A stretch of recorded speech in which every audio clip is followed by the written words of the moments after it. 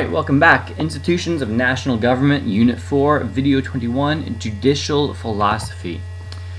Alright, so just to give you an idea before we really get started, what this video is all about is that there's actually differences between the way that judges, or in this case justices, view the Constitution, and there are also differences in the ways that justices view the job or the role of the judiciary. So what that means is that not every one of these people, very intelligent, very qualified, legal minds, and yet they don't view the Constitution the same. They interpret it differently, so we're going to talk about those interpretations. We're also going to look at how they might view the role of the judiciary, how they view their job as different, so they don't all look at it the same. So that's what this video is going to be all about. So our first judicial philosophy is that of original intent. This one is not very common these days, and you see the definition there. It says it's when you attempt to abide by the framer's intent when writing the Constitution. So it is the belief that justices should interpret the Constitution as it was originally intended to be when it was originally written. Now, you might be able to come up with some problems. It might come readily to your mind when you hear that. Some of those problems might be, well, the country is a lot different now than it was.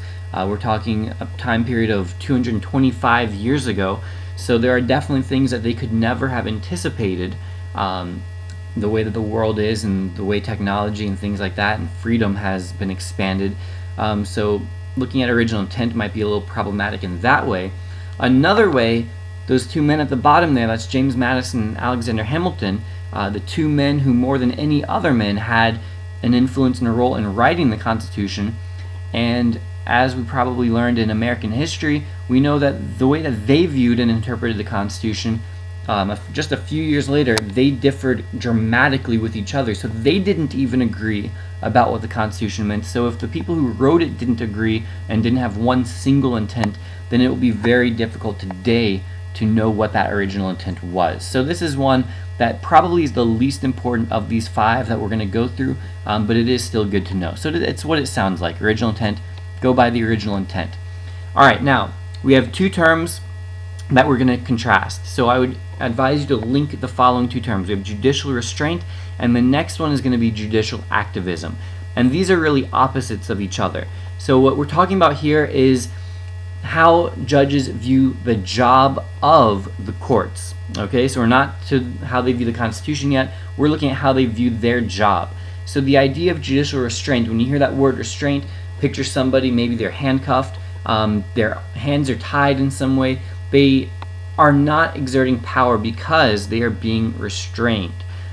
So you have the definition there. It says courts should allow the democratically elected branches, and that's the key part, democratically elected. So we're talking about Congress and the President, legislative and executive branches, to make policy and should not overrule them.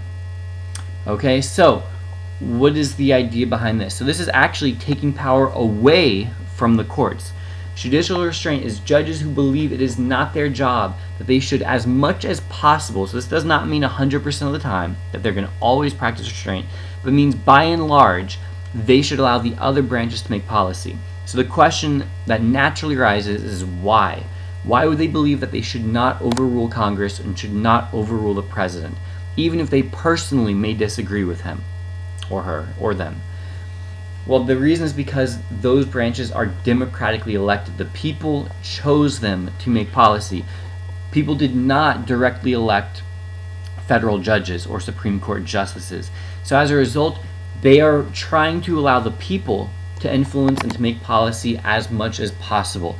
And my example of judicial restraint, and I think it's a good example, is this man here that you see. That is John G. Roberts. He's currently the Chief Justice of the U.S. Supreme Court.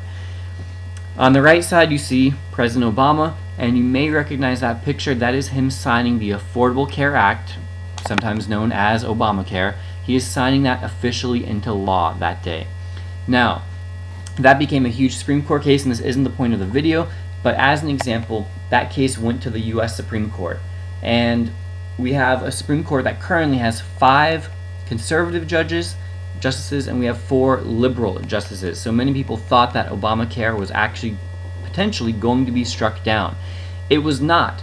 And the reason it was not is because of the vote of that man, Chief Justice John G. Roberts. Even though he's conservative, and even though he personally, in his personal politics, opposes Obamacare and does not feel that it is good policy, he did not strike it down. And the quote from his opinion that he wrote, he says, quote, "It is not our job," meaning the Supreme Court, "to save the people from the consequences of their political choices." End quote. So essentially, what he is saying is people elected President Obama, they elected Congress, the House and the Senate, and they made the policy. So don't expect the Supreme Court to come and save people from the bad, in his opinion, decisions that they made. So he practiced judicial restraint. Even though he didn't like the policy, he allowed the democratically elected branches to make that policy, did not overrule them. So that's judicial restraint. Circle, highlight, mark that term for sure. That is one that you'll definitely see throughout this course in AP Gov. The same thing with judicial activism. Highlight this one, circle this term, you definitely want to know it. Judicial activism is just the opposite. So this is the idea that courts can and should overrule branches when they are wrong.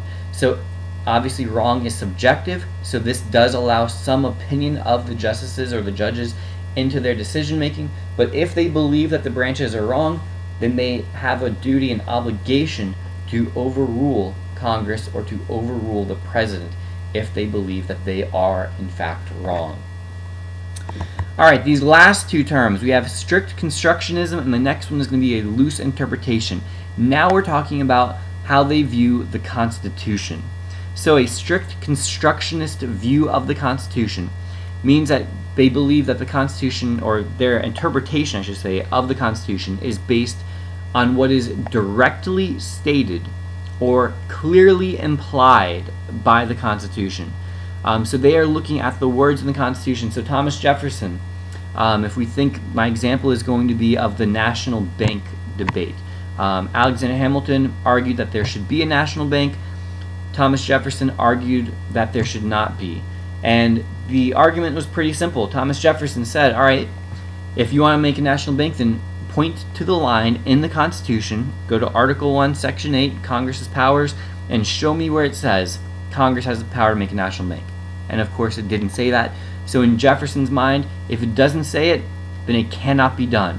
So it is directly stated or clearly implied. So it is not up to vague interpretation. Does it say it or not? And it didn't say in a national bank, so Jefferson says no national bank. That is strict constructionism. On the other hand, Alexander Hamilton was showing a loose interpretation of the Constitution, which is based on the principles of the Constitution and its vague language. So his argument was, you're right, it doesn't say directly that they can make a national bank, but it does give them the power to tax, to borrow money, to regulate commerce, to coin money, all of these things. And he's saying, so as a result, it is necessary and proper that they would, in exercising those duties, that they would be able to also create a national bank. So this is a loose interpretation. So this is one that is going to lead to an expansion of federal governmental power. The elastic clause, or the necessary and proper clause, this would be a clause that would definitely be used by somebody with a loose interpretation.